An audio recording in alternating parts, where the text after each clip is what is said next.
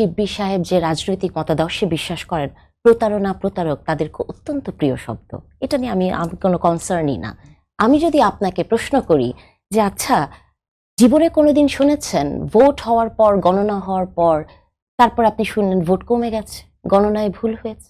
জাতীয় নির্বাচনে শুনেছেন? আমি শুনিনি।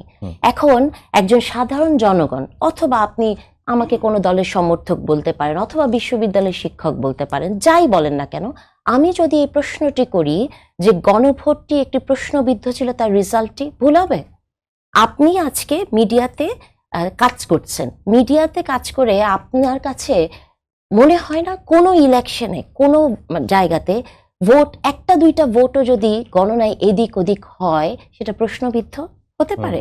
আচ্ছা, তাহলে এই প্রসঙ্গটা বাদ থাকুক। আমি মনে করি যে ধরেন বিএনপি যাই করবে, ইলেকশনের আগেও শুনেছেন বিএনপি প্রতারক, ইলেকশনের পরেও শুনবেন বিএনপি প্রতারক, এবং ভবিষ্যতেও শুনবেন বিএনপি প্রতারক। ওনারা এটা বলবে, এটা আমার কনসার্নই না।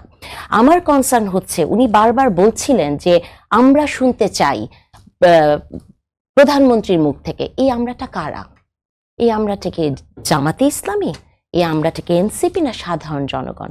সাধারণ জনগণকে এখনো বলেছেন যে ওনারা এইভাবে করে ভাবছেন যে বিএনপি প্রতারক? আমি তো সেটা মনে করি না।